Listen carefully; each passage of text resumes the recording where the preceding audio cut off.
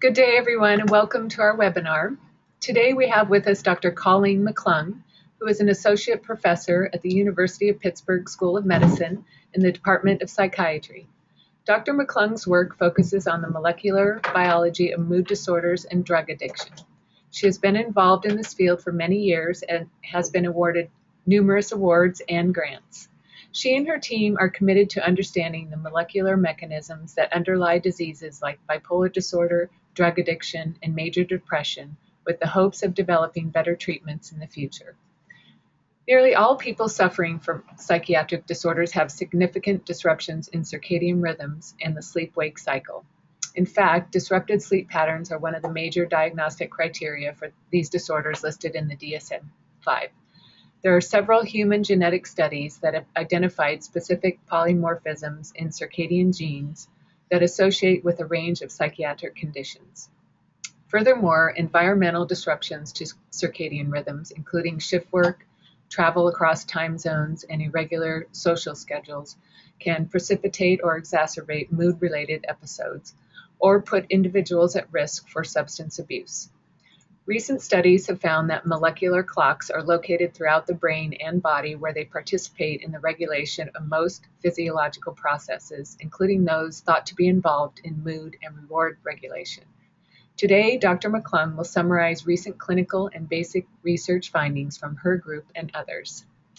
Thank you so much for being with us today, Dr. McClung, and welcome. Thank you. Thanks for having me. It's a pleasure to be able to talk about this work and tell you a little bit about rhythms and why they're important and how we think they can be manipulated perhaps to be therapeutic for a number of diseases, including bipolar disorder. So just sort of a review of circadian rhythms. So basically the word circadian means about a day, and every organism, all people, plants, animals living on planet Earth, we all have this 24-hour day that we revolve around, and essentially every process in the body has a 24-hour cycle. So there are different times of day where we have the best coordination, greatest cardiovascular activity, highest body temperature, even changes in bowel movements, things like that revolve around this 24-hour cycle. And of course, the main thing people usually think about with circadian rhythms is the sleep-wake cycle. So we are typically awake during the day and sleep during the night. And all of these processes, because they revolve around this 24-hour cycle, it's really important to know when to do certain things, when not to do certain things, and how disruptions to the system might lead to problems. So we know a lot about how these rhythms are regulated. So from many different studies and a number of organisms, we found that light input comes through specific cells in the eyes, in the retina. They contain a specific protein called melanopsin. And these cells will send that signal to an area of the brain called the suprachiasmatic nucleus, or the SCN. And the SCN is kind of like the master pacemaker of the brain and of the body. And so it sends signals either through projections, direct projections, or through hormonal signals out to the rest of the brain, the rest of the body, and acts sort of as the conductor of the orchestra of all these different rhythms in virtually every cell in the body.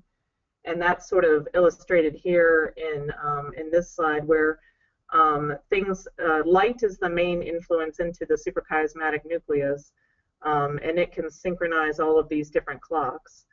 But also other things that we're exposed to on a daily basis, like food, social interaction, some kinds of medications or drugs of abuse can also synchronize these rhythms or desynchronize these rhythms and influence how our body reacts to environmental stimuli. So the basic molecular clock that's present in nearly every single cell is it consists of this very elegant transcriptional translational feedback loop. So basically this feedback between changes in gene expression that occur over a 24-hour cycle. And I'm not going to get into too many details about this. I just put sort of a simplified circadian clock up here where these two proteins, the BMAL1 and clock proteins, will bind to each other, and they will bind to these sequences in certain genes called EBOX sequences, and that controls the expression of these genes. And it controls the expression of a whole lot of genes. But two of them that are the most important are called the period genes and the cryptochrome genes. And once these become proteins, they can dimerize, and they're changed by a number of factors, and they will inhibit the activity of clock and BMAL1. So this forms, again, this really nice transcriptional translational feedback loop that regulates all the rhythms in every single cell in the body. And the major proteins here I really want to emphasize, I'm going to talk about some of our work with clock. So remember, clock is this transcriptional activator here.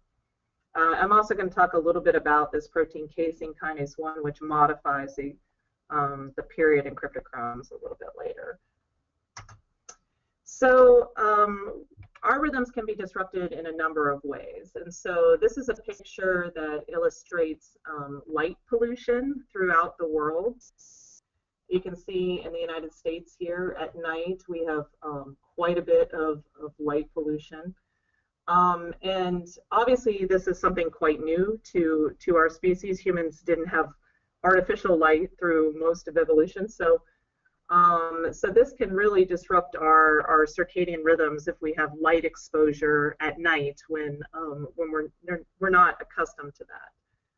Other things like shift work obviously can be very, very disruptive to rhythms if people are working during the night and sleeping during the day. Particularly if shifts are not consistent. If one day there's a day shift, one day there's a night shift, this can really wreak havoc with the system. Travel across time zones, again, this is something pretty new to us, is the ability to jump on a plane and travel across the ocean. You often feel the effects of jet lag, which can last several days after traveling. People now have very inconsistent sleep-wake cycles and social schedules. This really wasn't the case, even 100 years ago. Also, there's some sort of more natural things that happen with rhythms. So during puberty, rhythms change. So kids, when they're growing up, they have pretty regular sleep-wake cycles where they like to wake up in the morning and go to bed in the evening. And as they become teenagers, they suddenly want to wake up at noon and go to bed at 2 a.m. And this is a normal part of adolescence that happens to almost everybody. And there's actually a concerted effort now to try to change school start times because it's not really in line with how teenagers are or how their body clock is working, and it really can be detrimental to them. And then with aging also, rhythms sort of shift the other way, where people will, as they become older and older, will wake up earlier and go to bed earlier. And so there's just natural changes that occur to rhythms over the lifespan. Genetics also plays a role. So people are sort of morning people or night people, and this is a genetic trait that's passed down in families. And of course, blindness can affect the way that light can signal to the circadian clock. So disruptions to circadian rhythms can cause a whole bunch of problems.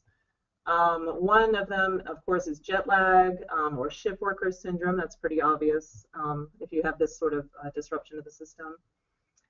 It can also increase the risk for cancer. So this is a really growing field right now with the realization that shift work was actually labeled recently as a cause of cancer by the American Cancer Society. It can lead to sleep problems, chronic insomnia, or there are actually some circadian sleep disorders based on how early or how late you want to go to sleep and want to wake up. Disruptions to rhythms will increase the risk for metabolic disorders, obesity, diabetes. Again, these are there's a number of studies that show that if your clock is dysregulated, that there's a higher risk for these types of metabolic conditions. Our lab obviously is very interested in how changes to circadian rhythms are involved in mood regulation and can precipitate mood-related episodes in the context of bipolar disorder. We also know this can increase the vulnerability for addiction and relapse following abstinence. There's also a growing field that shows that circadian rhythm disruption can be very detrimental when you have neurodegenerative diseases like Parkinson's and Alzheimer's disease. Drinking at all different times of the day will lead to a greater increase in liver disease versus drinking at the same time of day. And also we know that disruptions to circadian rhythms will really change memory processes, cognitive ability to pay attention, all of these things. So I hope you get the sense that circadian rhythm disruptions are not good for you. They're pretty bad for a lot of different reasons. And when we talk about disruptions to circadian rhythms, there's actually 3 different ways in which these rhythms can be changed. So you can either have a change in the phase of the rhythm, which is where your rhythm will peak at a different time of day than when it normally peaks. So this is a change in phase. You can have a change in period, so either a longer rhythm or a shorter rhythm. And you can have a change in the amplitude, which is the strength of the rhythm. So how robust is the rhythm? This would be a change in the amplitude. So when I'm talking about rhythm changes, this is what I'm really talking about. So we know that people with mood disorders have very disrupted circadian clocks. This has been shown in numerous studies over the years. If you take people who have bipolar disorder and measure their rhythms in a number of factors like body temperature or hormonal rhythms, like melatonin rhythms, look at their sleep-wake rhythms, compared to healthy controls, the rhythms are very, very highly disorganized and disrupted. We know that changes in schedule can precipitate manic episodes. I'll show you that data in a minute. Depression is diurnal, so usually the worst depression symptoms are in the morning, and they typically get better through the day. This time of year, seasonal depression is very common, particularly here at places like I live in Pittsburgh, and we have very cold weather and a lot of darkness. And seasonal depression is actually the most common mood disorder. And depression occurs more frequently in areas of the world where there's little daylight for long periods of time, like Alaska. We also know people with the preference towards eveningness, so people who are night owls naturally versus people who are morning larks, are more susceptible to depression, and the vast majority of people with bipolar disorder are evening types, like similar to what I was talking about with adolescents. And now there have been a number of polymorphisms or mutations that have been identified in genes that control circadian rhythms that associate with these mood disorders. So many human genetic studies have now identified some of these mutations that link specifically with these diseases. So there's a lot of evidence that this system is really involved in the development and progression of mood disorders.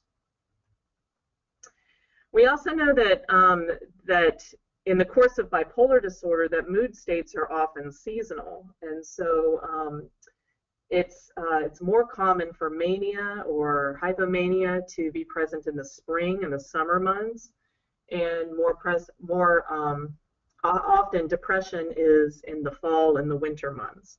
And this is quite a common seasonal pattern. It doesn't happen with everybody, but it's something that's seen quite often, which again implicates something with the circadian system in this disorder. I'm going to show you just one example of the activity records of somebody who has bipolar disorder compared to somebody who does not. So these activity records were taken with like a wristwatch device, similar to a Fitbit or something like that. It's an actigraph or actigraphy watch, and it just records activity over the day and during the night. As you can see in this healthy control, there's activity that occurs during the day, and then they're mostly inactive at night.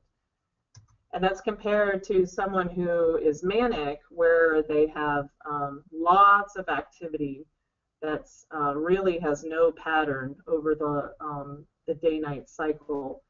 And they may crash into a phase where they sleep for pretty much a day and then go right back at it. So this is just an example of how disrupted these rhythms can be in somebody with bipolar disorder. And you can even see these disruptions at the level of cells. So this was a study where they took skin cells from people with bipolar disorder and cultured them in a dish, and then looked at rhythms and gene expression compared to healthy controls. And what they found is that the people who had bipolar disorder, even in their skin cells, you could tell that their rhythms were dampened. They had less amplitude in a number of genes and the expression of a number of genes compared to healthy controls. So this is really a phenomenon you can see even at the level of skin cells.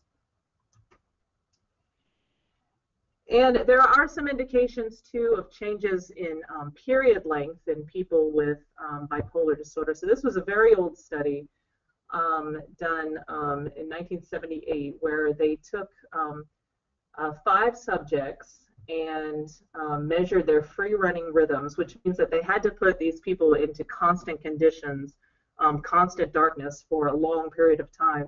And this is why this study was done so long ago. You can't do these studies anymore. But what they found was that the people who had, that of the 5 subjects, there were people who had fast rhythms that were too fast, basically, and that when these people took lithium, then their rhythms were slowed down.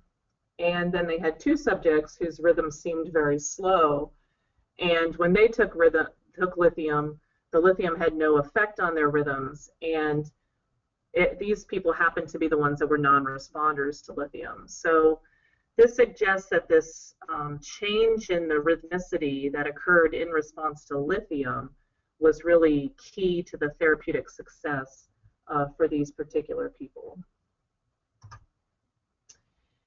And as I mentioned before, we know that that changes to schedule, changes to in rhythms can precipitate episodes. So this was demonstrated in this particular study, where they asked a group of people who were either manic or depressed what was happening in the period before they had this particular episode. You know, was there some event in their life that was stressful? Were there events in their life that maybe really disrupted their sleep-wake cycle?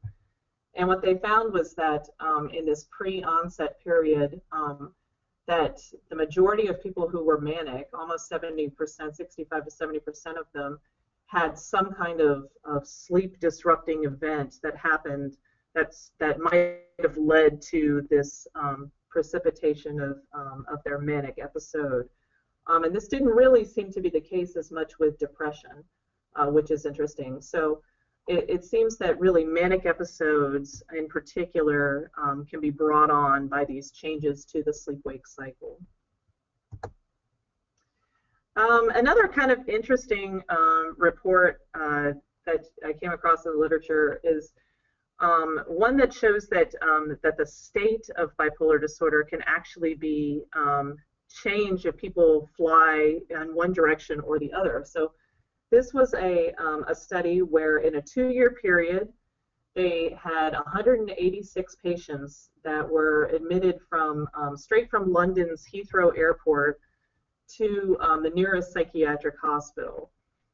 And when they looked at where those people had been flying who came into Heathrow Airport, they found that more often the people who were flying from east to west had depression, and the people who were flying the opposite direction were more likely to have mania. So this is kind of an interesting study because it suggests that that changing your clock, either sort of advancing your clock or delaying your clock, might have opposite effects on mood state for people who have bipolar disorder, or in some of these patients, it was also schizophrenia.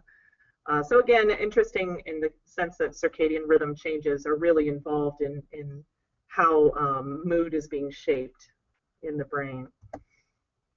So these sorts of studies led to a theory that was developed in the late 80s called the social Zeitgeber theory. And Zeitgeber is just a fancy word for, it means time giver in German. It's something that will set the circadian clock.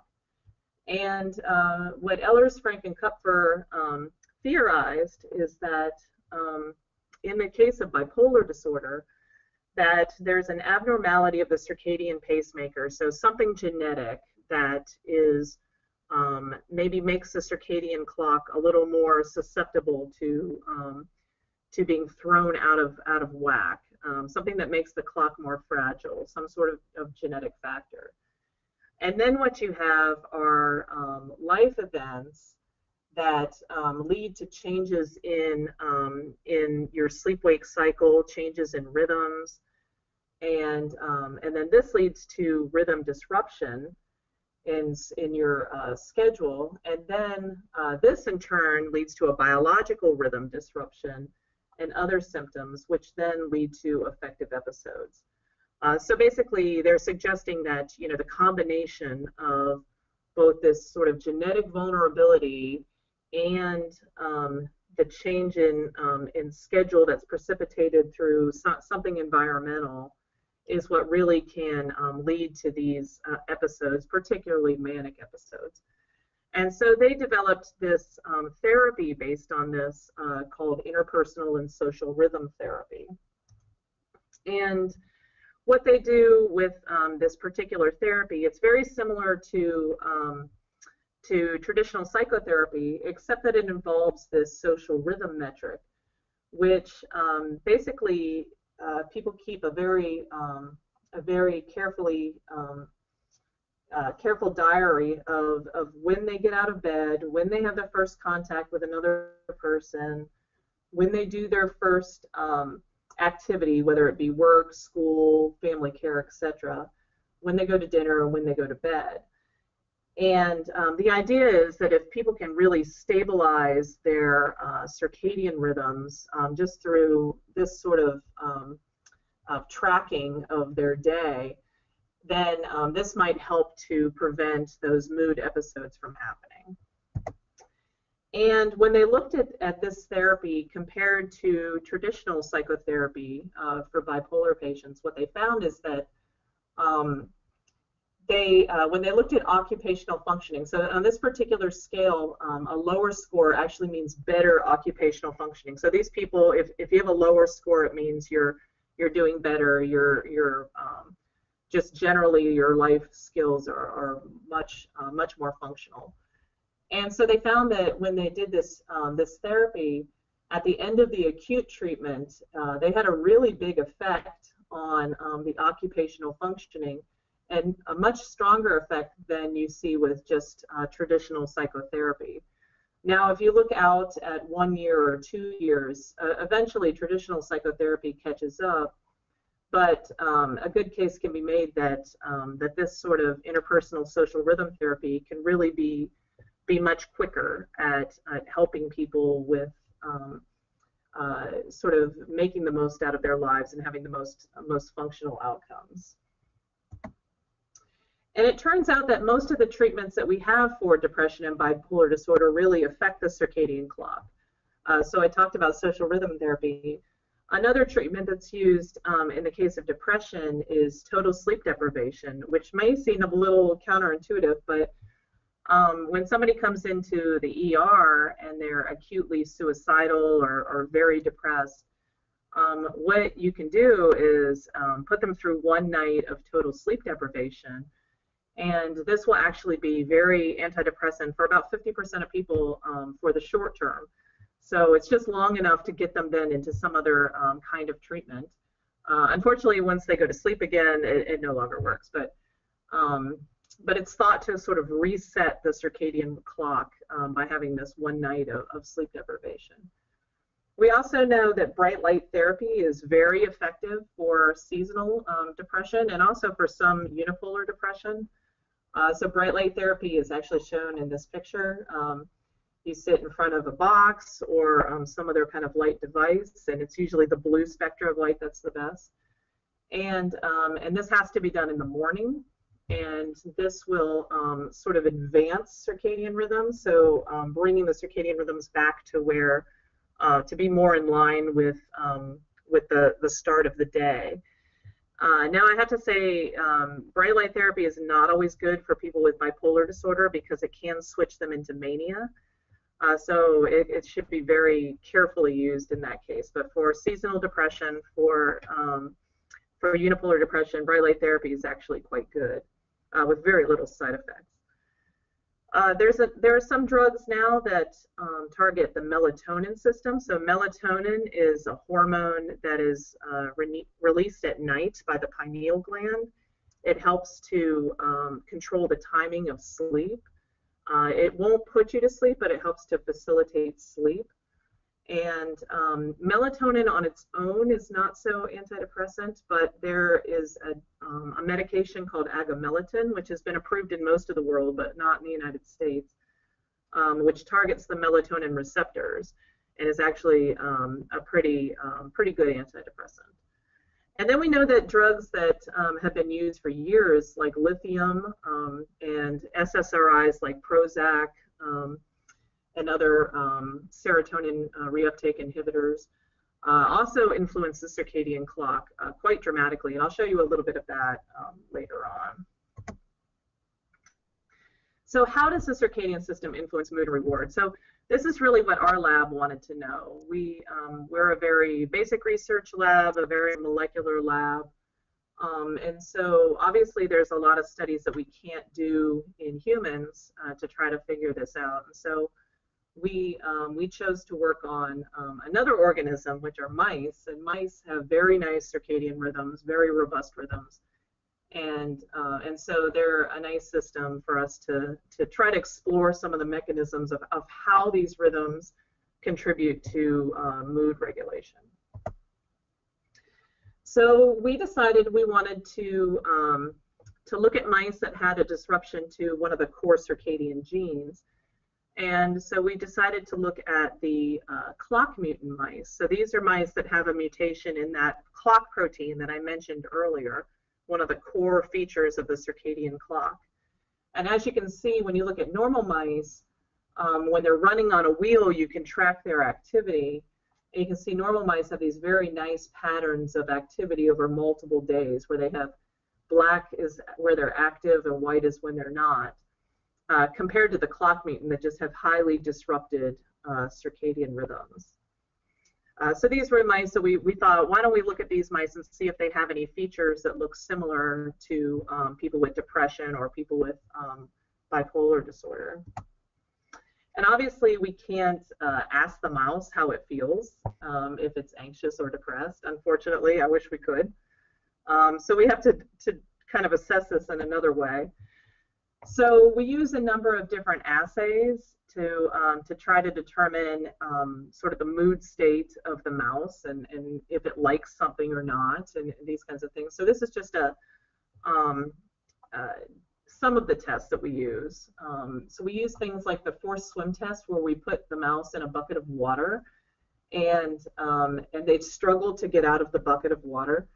And if you give the mouse an antidepressant like Prozac, they'll struggle for longer to try to get out before they sort of give up.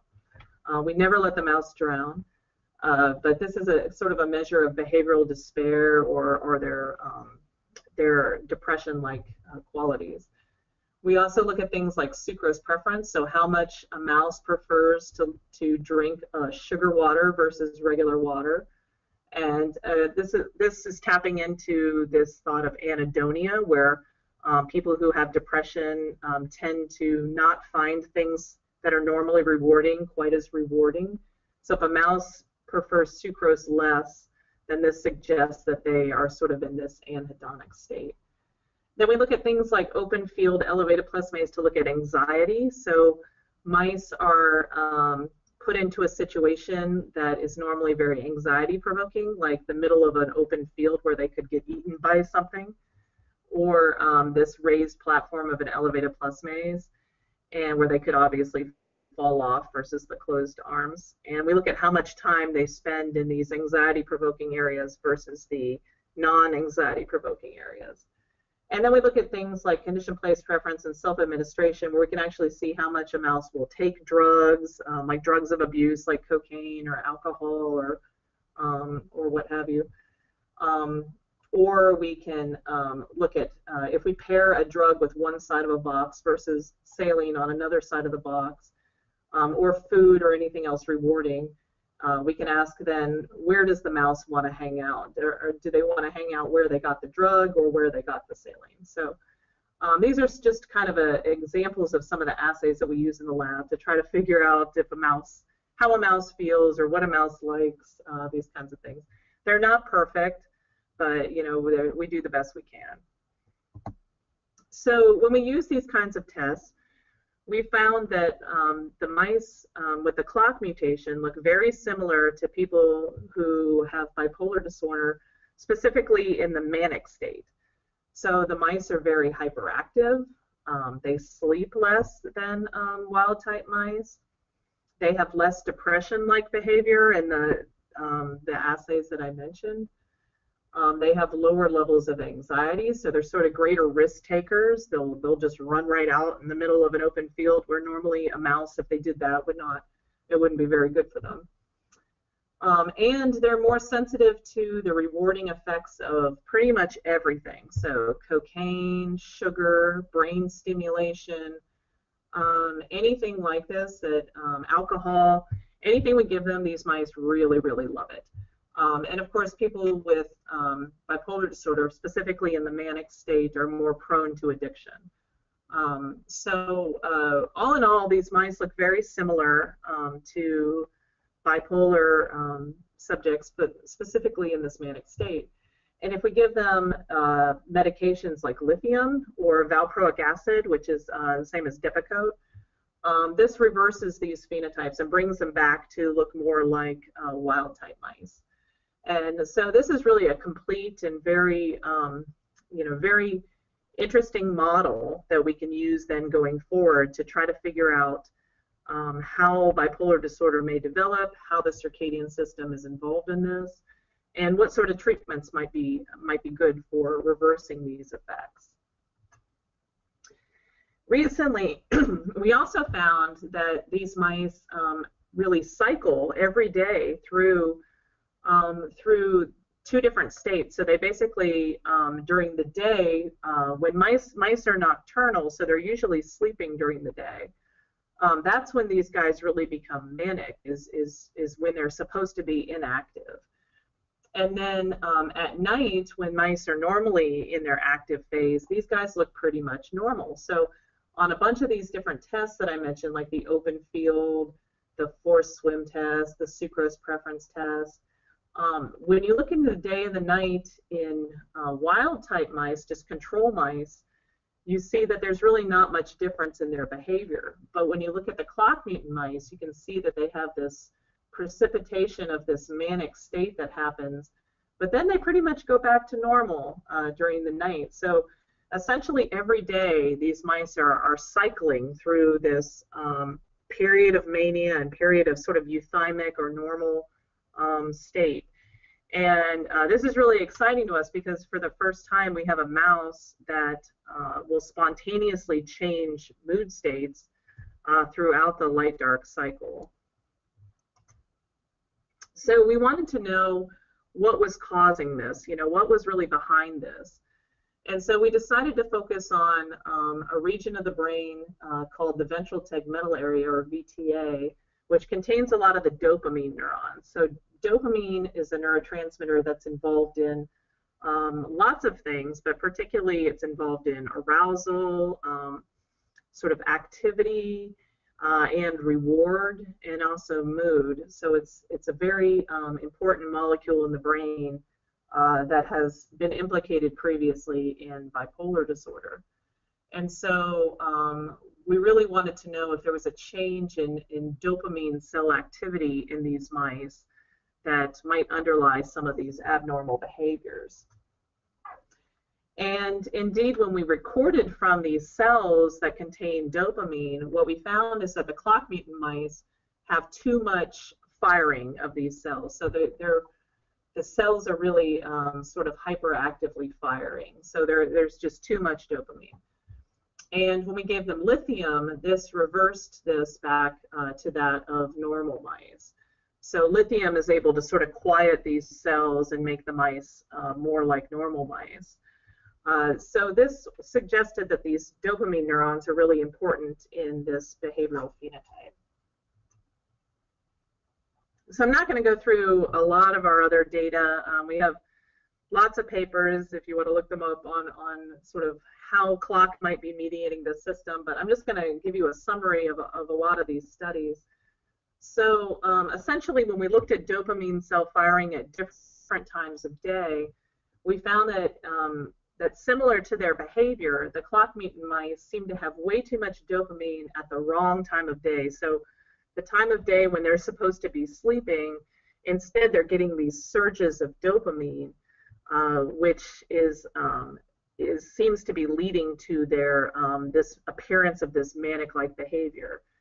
And if we try to mimic this during the night, we basically see no effect. So there's really something specific about there being a surge of dopamine at the wrong time of day that is leading to these effects. And this might be related to the fact that circadian rhythm disruptions are really precipitating manic episodes. So if you have a disruption to your circadian system, it could be leading to these surges of dopamine at the wrong time of day when your brain's not really prepared to handle it so well.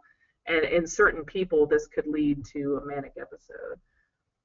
We've also done a number of studies to try to figure out how this is happening. So we found that the clock protein is involved in the regulation of dopamine synthesis, so the production of dopamine in the brain. And this is disrupted in the mutant mice. So basically, they have too much dopamine production, again, at a time of day when they normally don't have it, and this may underlie some of these effects. We also know that while clock expression in these dopamine neurons seems to be really key, we've done a number of studies to really pinpoint what clock is doing in the dopamine neurons. Clock is also widely expressed throughout the brain, throughout the body, and we also know from some of our studies that that circadian rhythm disruption in the SCN, for example, is also really important in the control of mood. So it's not just clock in dopamine neurons, it's not just the surge of dopamine, but rhythm disruption in other brain regions can also really lead to differences in mood. And in fact, when we expose mice to a chronic stress paradigm, and then we look at the development of a depression-like state after they've been, exposed to weeks and weeks and weeks of these chronic stressors, what we find is that when you look at how disrupted their circadian rhythms are, this directly correlates with how strong their depression is. So essentially, the more disrupted their rhythms become, the more depressed these mice get. So so this is sort of a summary of a lot of the studies that we've done in the lab recently in regards to how clock and rhythms are involved in mood regulation. So I want to get into treatments. So so can we treat bipolar disorder or other mood disorders by strengthening the circadian system? Obviously, I showed you that something like social rhythm therapy can really be beneficial, but what about a pharmacological approach, something, testing a medication? And it turns out that two of the most common medications that we use already for bipolar disorder, lithium and valproic acid or Depakote, they increase circadian rhythm amplitude. So this is, again, studies from skin cells where they take samples of skin cells and culture them in a dish and then look at how the rhythms are going along in these cells. And when you put lithium on these cells, you can see that there's an increase in the strength of these rhythms. And the same thing with valproic acid. You see, you give it here, there's this increase in the rhythm amplitude. So already we know these two drugs that are quite commonly used in the clinic will increase circadian rhythms. And what's exciting is that circadian rhythm modulating drugs are really being developed by a lot of pharmaceutical companies now. And one that just became FDA approved is this drug, Hetlioz, which is a melatonin receptor agonist. Again, remember, melatonin is a circadianly regulated hormone that helps to modulate sleep. And this drug has recently been FDA approved for the treatment of what's called non-24 disorder in blind people. So non-24, because people, certain types of blindness will cut off the ability of light to signal to the SCN, what happens is humans have a slightly longer period internally than 24 hours. So if you were all put into constant darkness, your rhythms would run longer than 24 hours typically. And that's shown here. So here's a synchronized person where here they're sleeping during the night and they're awake during the day. And a desynchronized person where essentially they're not getting that light input, and so their rhythms are running long. And what this particular drug can do is it will synchronize those rhythms and make them more like the person here on the left. And so so this is exciting. Even though this is a drug for blindness, or for blind people to use, it's exciting that the FDA is now approving drugs that have a purely circadian mechanism for therapeutic treatment. So one of the drugs that we have tested on our mice is a drug that was developed by Pfizer, which inhibits this protein called casein kinase 1. And what this casein kinase 1 inhibitor does is it also increases rhythm amplitude, as you can see in panel A. And when you give it to mice that have disrupted circadian rhythms, either by genetics or through constant light, it will synchronize those rhythms really, really nicely. It also can decrease relapse like drinking in a rat alcohol model. If you give the drug, you'll see decreases in drinking. So this is also sort of a positive effect of this drug. So what we found is that when we give this drug to the clock mutant mice, it works almost just as well as lithium at really changing the anxiety and depression-like behaviors of the mice to bring them more like normal mice compared to the vehicle alone. So this is an example of a drug that someday could, or a drug like this could someday be used in the treatment of a mood disorder or some other disease which involves rhythm desynchronization. I also mentioned that valproate or Depakote will also work therapeutically in the clock mutant mice, so it brings them back towards the behaviors of wild type mice. So the last study I wanted to mention is one where we're taking the approach of trying to take an already existing drug and look at the mechanism of how this drug might be working, and then developing a much more selective agent based on what we know by sort of teasing apart what's really the important action of that drug. So the problem with some of the therapies that are already out there are that they have a lot of side effects, a lot of off-target effects, and they're not really, they can be very harmful in the long term. So one of the mechanisms by which valproate works, is thought to work, is through the inhibition of these proteins called HDACs. And the problem again is that it inhibits a lot of these proteins, and these proteins are involved in gene expression. So by sort of teasing apart which of these HDACs might be the important ones, then we can locate, okay, aha, we only need to inhibit maybe these HDACs and not all of the ones that valproate targets. So we chose to do this by looking at a drug called SAHA, which has been FDA approved for the treatment of cancer. And SAHA is just as effective in our clock mutant mice at reversing their behaviors. And so now we look at, okay, which proteins have a shared inhibition by valproate and SAHA. And this brings us to this group of proteins right in the middle. And then by further teasing apart with more specific drugs, we can get down to only one class of HDAC. So here, one drug, MS-275, works, but another drug, MC-1568, does not. And even further, when we go to a genetic approach where we can knock down just one of these proteins and see a therapeutic effect. So here we've knocked down HDAC2, and we still see the therapeutic effect.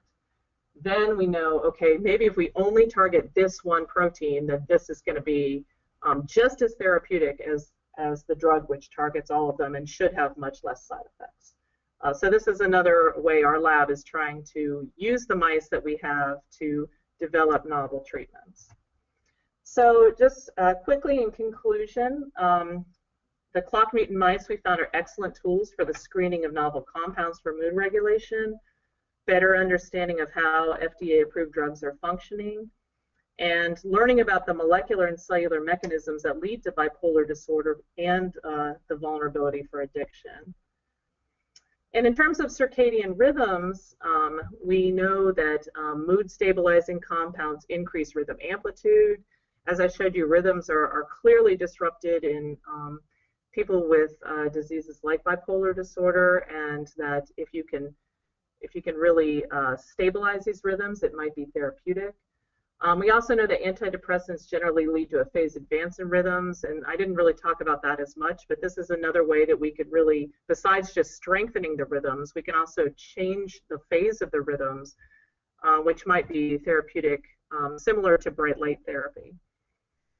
And novel compounds are being developed that alter rhythms in particular ways for the treatments of many diseases, including bipolar disorder. So with that, I'll thank the people in my lab currently and some of the past members that contributed to the work that we do and our funding. And this is our beautiful city of Pittsburgh in the summertime. So thanks, and I'll be happy to take any questions. Thank you very much, Colleen. I do have a couple of questions to get started here. First one is, and I know that you had talked a bit about melatonin, but are there any other herbal medication suggestions for chronic insomnia? Melatonin is really the only one that works through the circadian clock. Now, there's a lot of other medications that might make you drowsy or, be sort of sleep enhancing. But in terms of trying to work through a circadian mechanism, melatonin is really the only one. It's, the other thing about insomnia is the light exposure around is very, very important. Sort of sleep hygiene is very important. So going to bed only at the same time every night, being in the dark, not looking at an iPad or an iPhone or something like that, and really only using the bed for pretty much sleeping. And these things all seem to really help insomnia. But melatonin is generally pretty safe, and it can be effective for a lot of people. So it's one that's used really widely. Excellent, thank you for that answer. The next question, let's see, what is the effect on your sleep cycle and exercise, especially in the evening, for people with bipolar disorder? Yeah, so exercise is really, shown from several studies to be really beneficial for all mood disorders. Um, in terms of the time of day of exercise, um, I don't know if there have been a lot of studies that have really looked at whether it's better to exercise in the morning or better to exercise in the evening. Probably most physicians would say if you're getting any exercise, that's better than no exercise. Um, yeah, I can imagine how for certain people exercise in the later evening might sort of keep them awake longer. But there haven't been a lot of studies that have looked specifically at whether it's better to do it in the morning or the evening. Probably, as I said, most physicians would say if you can get in any exercise at all, it's better than nothing. Great, thank you. Let's see. This person, Catherine, is very much enjoyed your webinar, and thanks you very much. She's interested in the aspect of sleep deprivation used for severely depressed, unresponsive, and suicidal patients. She said, during my most recent depressed episode as a BMD sufferer, I went without sleep for one night entirety to insomnia after sleeping too much during the day. This really shifted my chemicals, and he started coming out of the depression. I am thinking of trying a melatonin product which synchronizes rhythms in the future. Any suggestions? Yeah, so sleep deprivation is really, like I mentioned, it's primarily used in emergency rooms to try to acutely get someone out of that really depressed state. It does work in about 50% of people, but it only lasts as long as, until the person goes back to sleep. I would say, again, melatonin is a very safe drug. It really hasn't, in clinical studies, it hasn't been proven to be too effective on its own as an antidepressant. I wouldn't expect it alone to be very therapeutic in terms of, especially in terms of bipolar disorder or major depression. For seasonal depression, the studies are a little bit more promising, where melatonin may be taken in the evening, again about an hour before bedtime, might be more therapeutic for seasonal depression. But in terms of bipolar, something more along the lines of social rhythm therapy with more conventional medications might be more therapeutic. Great, thank you. I know, Dr. McClung, that you don't like to or don't want to get into the area of dosage, but in terms of melatonin, which is a natural supplement, is there a recommendation? Generally, people take between 1 to 5 milligrams. There are some studies that suggest you should sort of ramp up on it a little, so start with a very, very low dosage, less than 1 milligram, and sort of gradually increase up to maybe 3 to 5. But it really varies by individual. For some people, melatonin makes them groggy and in the morning, and so you don't want to take so much where you feel like that. So obviously it's going to be dependent on how much people weigh, or what your sort of body chemistry is like, but I think most of the supplements that are sold in the stores are sort of between 1 to 3 milligrams, and that seems to be the typical dose. Excellent, thank you. What concerns should there be for medications that are heavily sedating, such as quetiapine, and in my case led to 13 plus hours per day sleep and during daylight hours? Wow, yeah, that's not good. Yeah, obviously if you're sleeping that much, you're missing out on most of your life, so it's not good in that perspective. But also, yeah, too much sleep can be just as bad as not sleeping enough.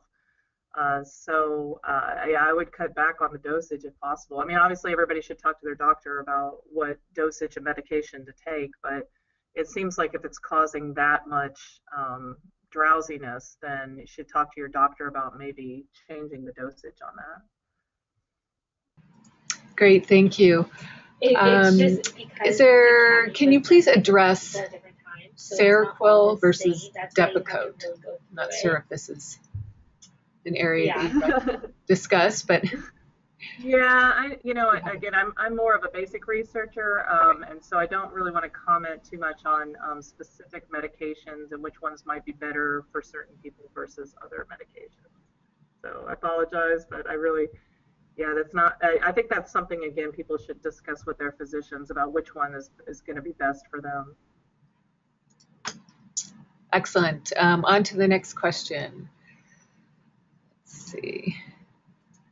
Oh, I could do that. That's easy. Okay, I could do that.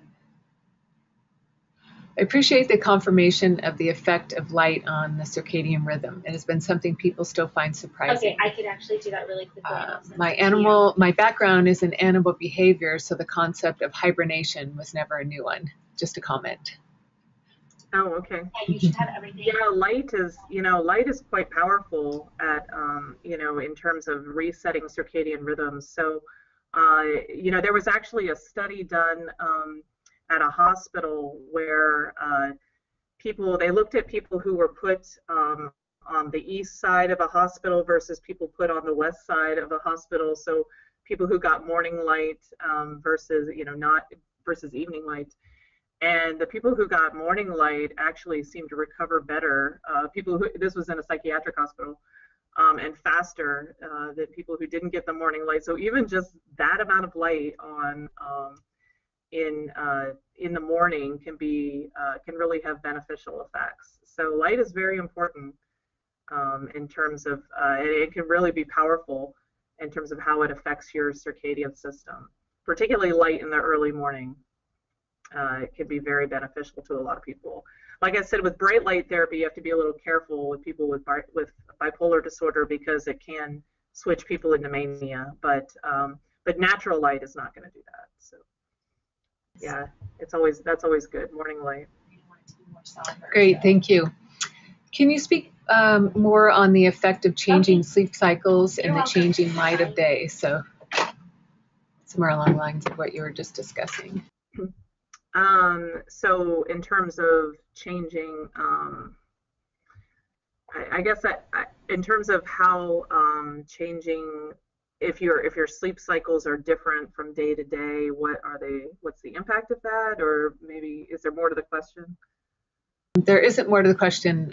Susan, maybe you can expand on that, and I will ask that again. I'll move on to another. Okay. Let's see.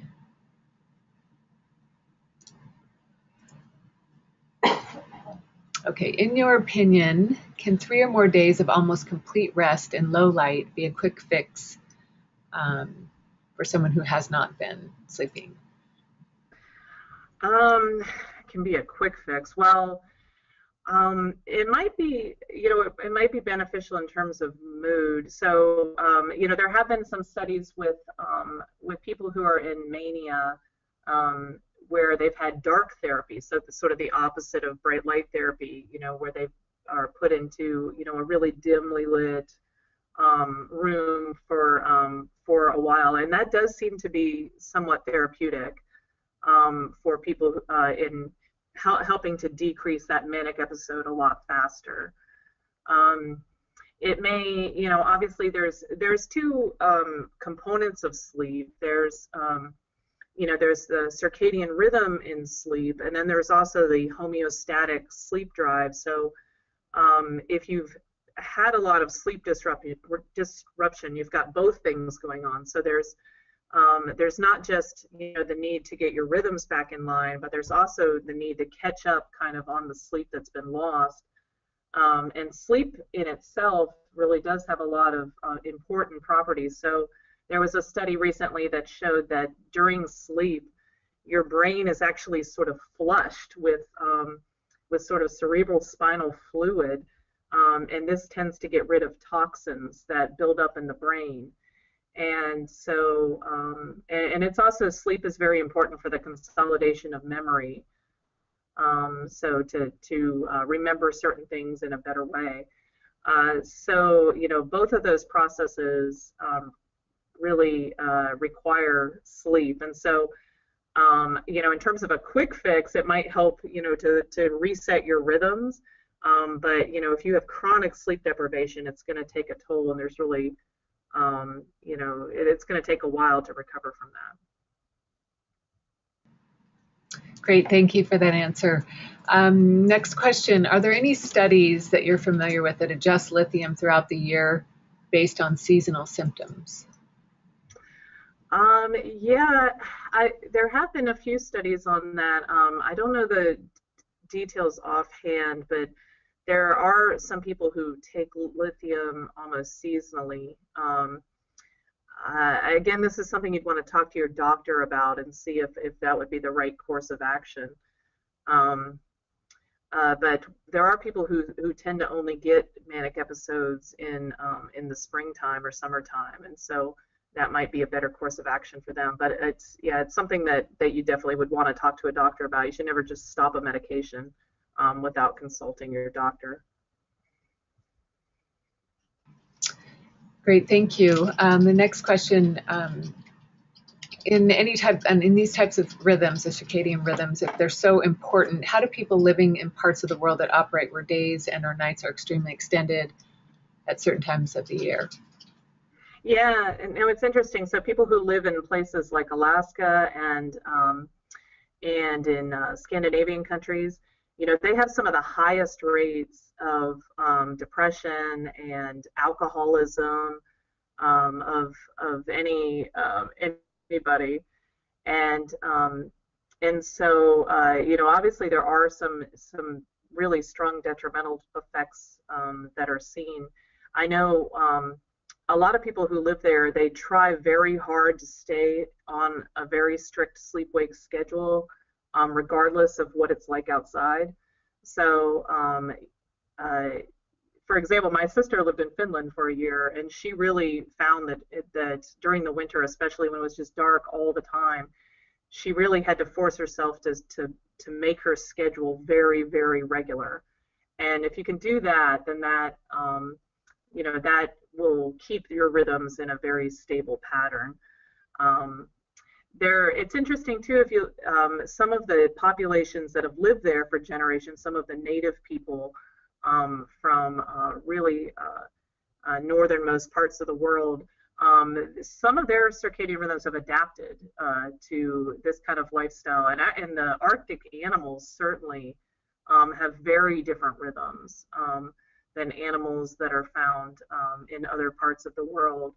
And some of them even only have rhythms in spring and summer months, and then essentially have no rhythms in the winter months. So yeah, nature has found a way to adapt to those sorts of rhythms, and then people try the best they can to adapt to it. If they're not from a native population that has had time to have these sorts of adaptations, then I think people just try to do the best they can. And certain people obviously are more vulnerable to it than others. But yeah, it definitely it's a challenge for people who live in those areas. Great, thank you. The next question, in studies where you refer to persons having bipolar disorder, do these include those with bipolar 2? Would separating bipolar 1 and 2 be considered? There seem to be significant differences in many areas. Is circadian rhythms one of those areas? Yeah, bipolar 2 on its own is honestly just not been studied as much. A lot of the studies are just bipolar 1. Some studies include both bipolar 1 and bipolar 2. But majority of the studies, I think, are focused more on bipolar 1, just because it's generally sort of a more severe state than for bipolar 2. But a lot of studies also kind of lump it together. Unfortunately, when it comes to doing human work, it's often difficult to get just the population that you want to get, and to get enough people signed up that meet certain criteria, and so a lot of times studies just have to kind of take what they can get, and so it's not always the best design. Yeah, so it kind of varies from study to study, but I would say most have been focused primarily on bipolar 1. But I would imagine that it's sort of similar. Bipolar 2 may not be as severe. Excellent, thank you. Next question, first a comment, an excellent talk. And her question is, are you familiar with the long-term effects on the body from chronic insomnia? Yeah, well, now it's becoming apparent that there's really a lot of effects, and it really depends on the individual as well. So there are, certain people need less sleep than other people because of the quality of sleep. So, there's certain people who just naturally have very sort of strong consolidation of sleep, and so they don't need as many hours of sleep.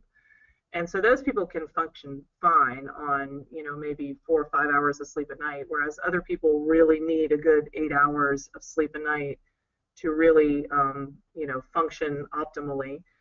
So it sort of varies from individual to individual, but generally there's,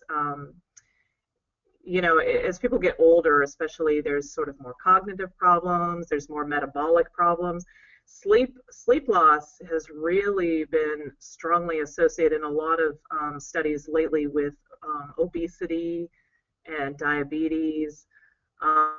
When people aren't sleeping as well, they tend to crave carbohydrates and maybe more sort of comfort food or fattier food, or starchier food, because your body thinks you need energy because you're so tired.